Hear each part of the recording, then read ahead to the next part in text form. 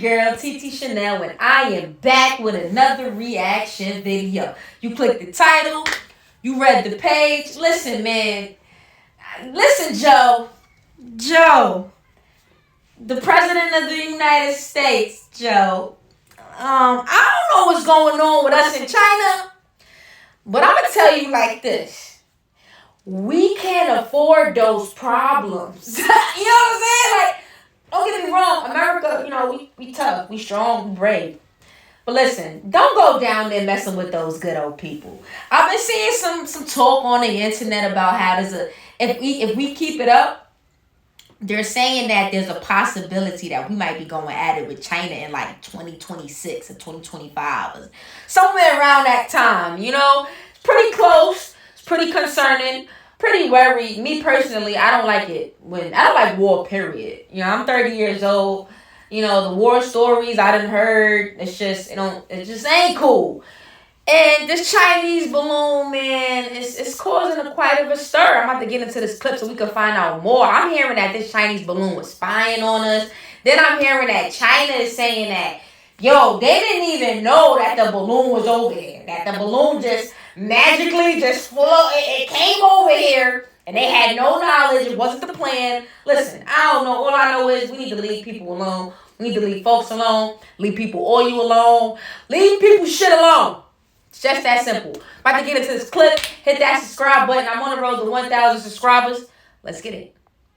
The State Department and FBI are revealing new details about the Chinese spy balloon. Today, the House unanimously voted to condemn China over the incident. That balloon floated over America for 8 days before it was eventually shot down by the U.S. military over.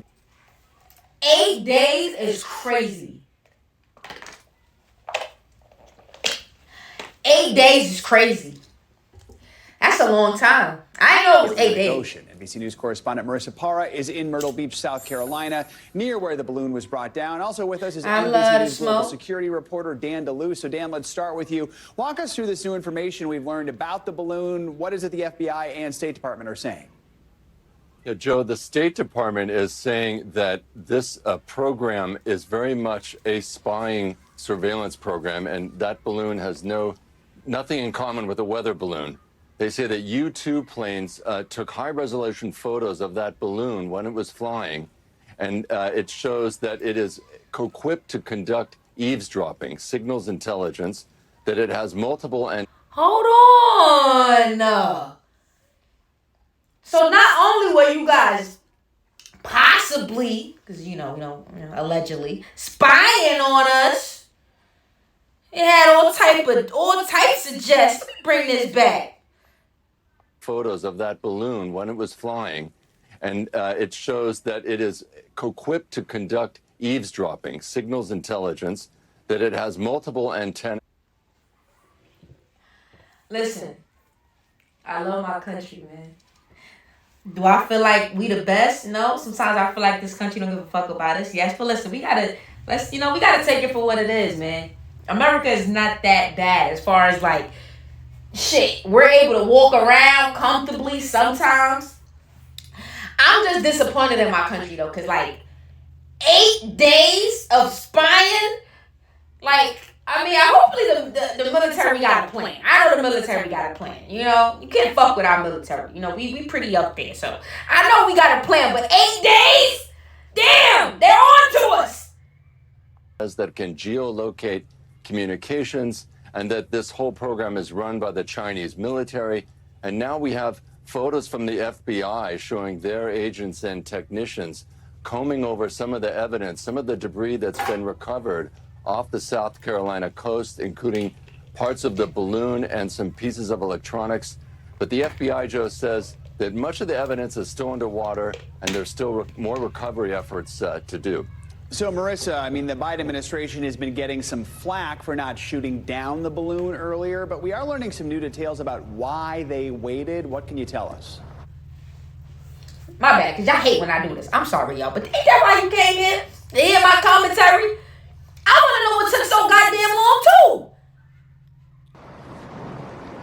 Yeah, I mean, if you listen to that Senate subcommittee hearing, you could hear just how frustrated some of these lawmakers were, particularly from Alaska, when their frustrations were, why wasn't that balloon shot down when it was first spotted end of January over Alaska? And an assistant secretary of defense said that ultimately it came down to Alaskan conditions meant that it would just be too dangerous for both the equipment and for the people trying to retrieve it. Take a listen.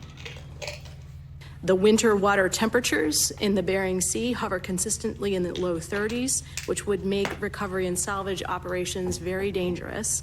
Additionally, the northern... See, like I told you, and I said that in my last video when Joe Biden went to Wisconsin. Make sure y'all go look at that video.